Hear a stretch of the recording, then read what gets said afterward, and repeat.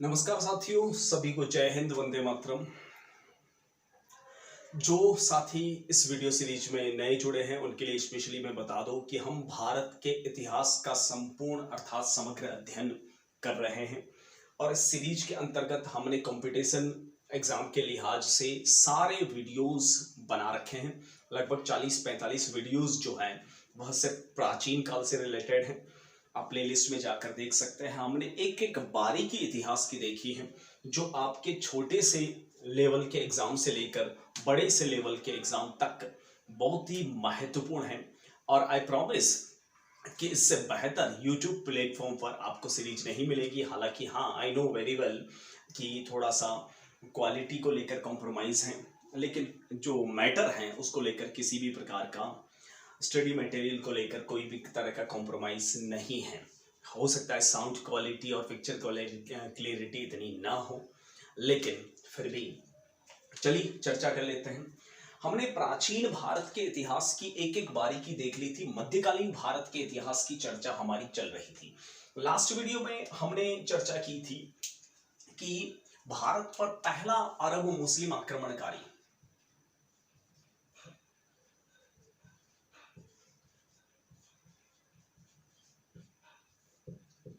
जिसका नाम था मुहम्मद बिन कासिम। मुहम्मद बिन कासिम भारत पर पहला अरब आक्रमणकारी है। ठीक है,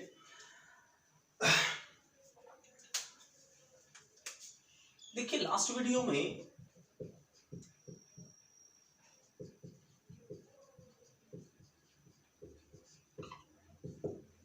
हमने चर्चा की थी कि यह क्यों भारत आया। अरब आक्रमणकारी मोहम्मद बिन कासिम ने भारत पर सबसे पहले अटैक किया था। जिस समय मोहम्मद बिन कासिम का आक्रमण चल रहा था उस समय लगभग हिंदुस्तान में जब वह है वर्धन साम्राज्य की जो है बयार चल रही थी और भारत के अंतिम वर्धन सम्राट थे, हिंदू सम्राट थे जिनका नाम था हर्षवर्धन। ठीक है, इस आक्रमणकारी ने सबसे पहला आक्रमण किया था, वह किया था मुल्तान, सहवान, सीसम,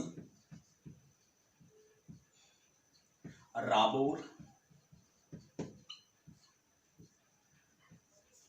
वल्लभी। ये इसके आक्रमण के कुल प्लेसेस बताए जाते हैं।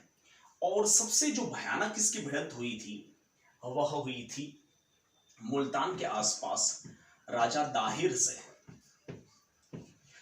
से मोहम्मद बिन कासिम का युद्ध हुआ था और इस युद्ध में कहते हैं कि राजा दाहिर कासिम के विरुद्ध हार गए थे। ठीक है, यह पहला आक्रमणकारी है भारत पर जिसका नाम है मोहम्मद बिन कासिम।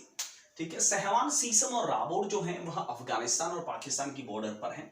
वर्तमान भारत से इनका कोई लेना देना नहीं है, लेकिन प्रथम आक्रमण के तौर पर आपसे ये पूछा जा सकता है। पहली बात तो अगर ऊपरी लेवल से सवाल आया तो सिर्फ यही आएगा कि भारत पर सबसे पहला मुस्लिम आक्रमणकारी या अरब आक्रमणकारी कौन है, तो आपका उत्तर होगा मोहम्मद बिन कासिम। वल्लभी जो वर्तमान है पाटन का इलाका कहलाता है, इस पर कासिम ने आक्रमण किया था और इस आक्रमण में बहुत कुछ अंदर वाली बातें हैं, लेकिन वर्तमान में कुछ इतिहासकारों ने हमें कुछ उल्टा सीधा पट्टी पढ़ा रखी है। वल्लभी आक्रमण में ये सच्चाई है कि कासिम को बहुत बुरी तरह से मारा था मेवाड़ के गहलोत वंशी शासक बप्पा रावल ने, और भोज परमार जैसे शासकों ने कई बार इसको तोड़ा था, मरोड़ा था, लेकिन बातें कुछ हद तक दबी कटी रह गई। वल्लभी आक्रमण के दौरान जो है मूल रूप से एक बताया जाता है, आपने सुना होगा मेवाड़ के इतिहास में एक शिलादित्य नाम के राजा थे जो गुहादित्य के पिता थे। उनके आक्रमण के समकालीन इसको माना जाता है, लेकिन ये कोई वेरीफाई नहीं है, इसलिए हम ऐसे कंटेंट ना पढ़े तो ही बेहतर है। आप सिर्फ आक्रमणों का सिलसिला पढ़ लीजिए, दैट्स इट। या फिर अरब आक्रमण कासिम के आक्रमण के समय हिंदुस्तान का राजा कौन था, तो आपका उत्तर होगा दाहिर। ठीक है, जैसे कि सिकंदर के आक्रमण के समय हिंदुस्तान का राजा था पोरस, वैसे कासिम के आक्रमण के समय राजा दाहिर थे। ठीक है, मोहम्मद बिन कासिम के बाद में ये आक्रमणों का सिलसिला लगातार बढ़ता गया। ठीक है, दिमाग में वही फितूर, इंशाअल्लाह काफिरों को मारोगे जन्नत नसीब होगी, खुदा खुश होगा। उसके बाद में जो नेक्स्ट आक्रमणकारी जो है वह है जुनैद खान। उसके बाद में जो है वह है सुबुक्तगीन। उसके बाद में अल्पतगीन। जब ये दोनों आक्रमणकारी भारत पर आक्रमण कर रहे थे उस समय भारत में गुर्जर प्रतिहार साम्राज्य था और इन आक्रमणकारियों को बहुत गजब का मारा था। बस यही तो भारतीय इतिहास की विडंबना है, जिन्होंने विदेशी आक्रमणकारियों से लोहा लिया, उनको तोड़ा, उनको कूटा, उनको तो बताया नहीं जाता, और जिन्होंने मार खाई उनको बार बार दिखाया जाता है ताकि हिंदुत्व दबा रहे और मुस्लिम उनके बराबर आ जाएं और दोनों आपस में हिंदू मुसलमान भिड़ते रहे और नेताओं की रोटियां सिकती रहें। ठीक है, ये सारा कुछ इतिहासकारों ने इन्हीं नेताओं के इशारे पर किया है ताकि उनकी पार्टी और पॉलिटिक्स चलती रहे, उनकी दुकानें चलती रहे। और आज भी हमारे दिमाग, दिलो दिमाग में यही चीज छाई हुई है, हिंदू मुसलमान, हिंदू मुसलमान। अरे भैया, इसी में पड़े रहोगे तो कभी आगे नहीं बढ़ोगे। मैं आपको एक चीज बता देता हूं, जो व्यक्ति जाति, धर्म, वंश का घमंड करता है या कर रहा है, उसकी स्थिति आप देख लीजिए वर्तमान में। खाने का लाले पड़ रहे हैं, और जिन्होंने इन तीनों चीजों से ऊपर उठ के सोचा है वह चांद पे जा रहा है। पड़ोसी मुल्क को देख लो, आज भी वो चांद को चंदा मामा कहते हैं। मैं एक्चुअली में पाकिस्तान के न्यूज चैनल काफी फॉलो करता हूं, इसलिए नहीं कि मुझे अच्छे लगते हैं, इसलिए कि देखे तो सही, क्योंकि दुश्मन की थाह लेने के लिए कम से कम उस पर नजर तो रखनी चाहिए।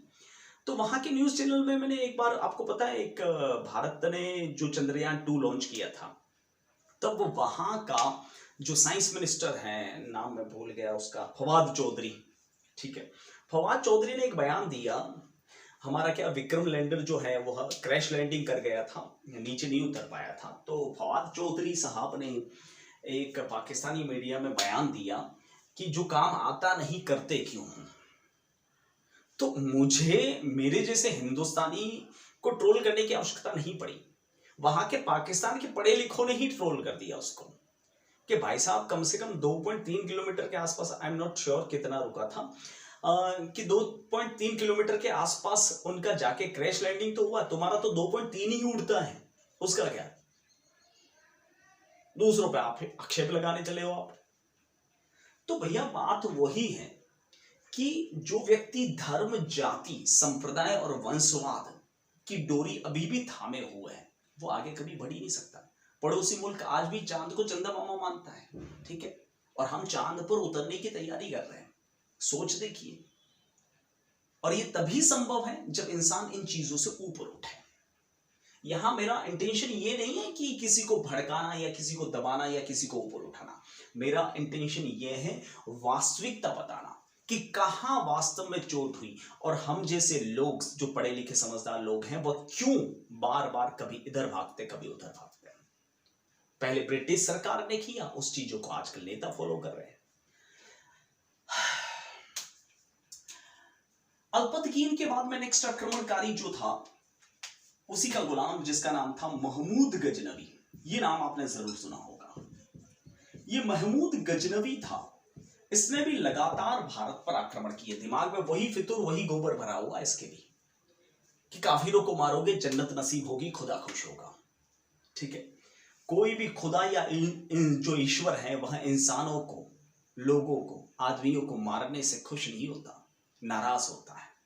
ठीक है, महमूद गजनवी का उद्देश्य भारत को लूटना था, क्योंकि उसे पता है कि भारत के जो मंदिर हैं वो सोने के गढ़ हैं।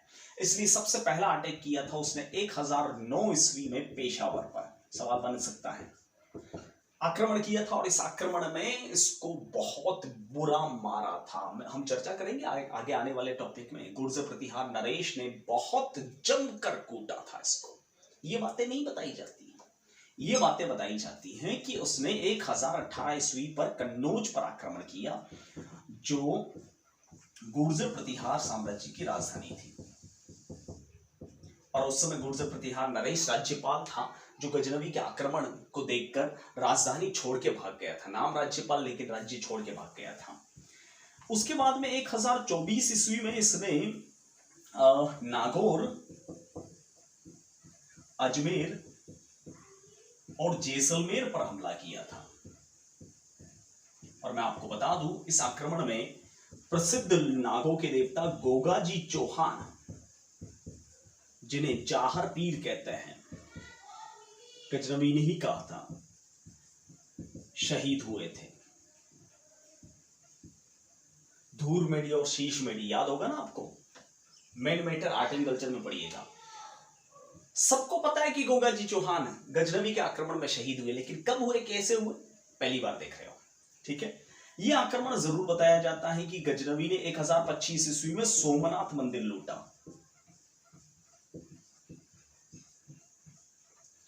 यह गजनवी के मुख्य आक्रमण है। ठीक है, पेशावर पर, जिसमें उसकी कुटाई हुई थी, बाकी आक्रमणों में वो सक्सेस गया था। ठीक है, जो कुटाई हुई नहीं बताते, लेकिन सोमनाथ की लूट जरूर बता देते हैं। अरे भैया, वो भी तो बताओ कि कुटाई भी तो हुई थी। जैसी सरकार वैसी पढ़ाई। बचपन से हमने आपने उल्टा पुल्टा ही तो पढ़ा है, और उस उल्टे पुल्टे की वजह से बच्चा बड़ा होके क्या करता है, या तो रेल की पटरियों पर बैठता है, या हिंदू मुसलमान करता है, या आरक्षण की मांग करता है। इसके अलावा कर भी क्या सकता है, उसकी सोच डेवलप हो ही नहीं सकती। गजनवी के बाद में उसका आक्रमणकारी नेक्स्ट जो उसका गुलाम है, वह है अल्तमश शिहाबुद्दीन गौरी। नाम सुना होगा, मोहम्मद गौरी। गौरी है ये, गौरी नहीं है। बहुत सारे पता नहीं कहां कहां से पढ़ लिख के आ जाते हैं पढ़ाने को, डबल मात्रा लगाते हैं। गौरी मतलब पार्वती मैया होता है, और ये गौरी है, GHORI, गौरी, नॉट गौरी। ठीक है, गौरी ने आक्रमण किया था भारत पर। उन आक्रमणों का भी सिलसिला देख लीजिए, हम संपूर्ण चर्चा करेंगे आने वाले समय में। सबसे पहला अटैक किया था इसने 1178 ईस्वी। हालांकि बहुत अलग अलग इतिहासकार, भारत में भी अलग अलग आक्रमण, कोई 17 बताता है, कोई 18 बताता है, कोई 21 बताता है, कोई 24 बताता है, लेकिन इतिहासकारों ने जो ढूंढ निकाले हैं वो है अनिलवाड़ा युद्ध। ये वर्तमान में माउंट आबू कहलाता है। देखा है कि सुना है? देखा भी होगा। इस आक्रमण में मूलराज चालुक्य, गुजरात का शासक था, जिसे सोलंकी भी कहते हैं, गौरी को जम के कूटा था, बहुत जम के मारा था मूलराज ने। ये नहीं बताता कोई भी। ठीक है, बताते क्या है, 1191 जुलाई में सर ए हिंद पर, जिसे हिंदुस्तान का सिर अर्थात सर ए हिंद या तबर ए हिंद,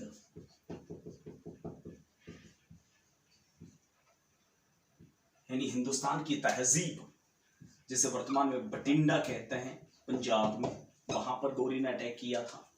नेक्स्ट अटैक है गौरी का, और वो है 1191 अगस्त में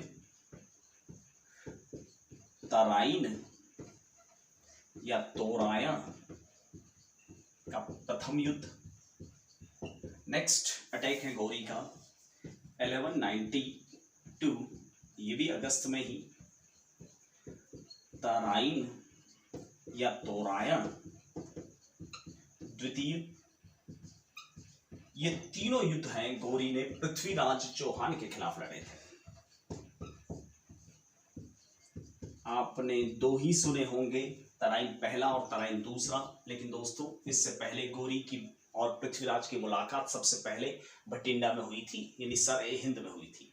हालांकि ये झड़प थी छोटी मोटी, उसके बाद गौरी यहाँ आया था, और यहाँ पर पृथ्वीराज ने उसको कूटा था, यानी गौरी यहाँ हारा, यहाँ हारा, यहाँ हारा, और यहाँ उसे सक्सेस मिली थी। तो ये ज्यादा बताई जाती है, वो वाले तो नहीं बताए जाते हैं।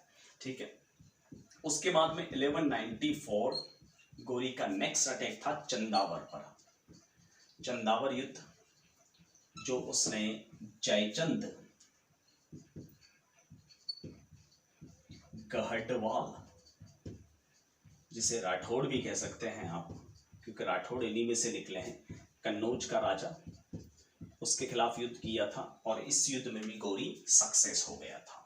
ठीक है, तो ये गौरी के मुख्य युद्ध हैं। जयचंद गहटवाल नाम सुना ही होगा आपने, संयोगिता के पिता, जिनका हरण वो है पृथ्वीराज चौहान ने किया था। तो गौरी ये युद्ध लड़ा था और लड़ने के बाद में अंतिम 2 युद्ध में उसे कामयाबी मिल गई थी और वह अपनी राजधानी गजनी लौट गया था। गजनी आमिर खान नहीं, अफगानिस्तान है, जो अफगानिस्तान में उसकी राजधानी हुआ करता था, वापस लौट गई और लाहौर में भारत का संरक्षक या भारत का सिपाह सालार अपने एक गुलाम को बनाया जिसका नाम था कुतुबुद्दीन ऐबक, और उसी ऐबक से हम सल्तनत काल की शुरुआत करेंगे। लेकिन करेंगे इस वीडियो में नहीं, अगले वीडियो में। फिलहाल के लिए मैं आपसे विदा लूंगा। जय Hind, Vande Mataram, thank you, bye.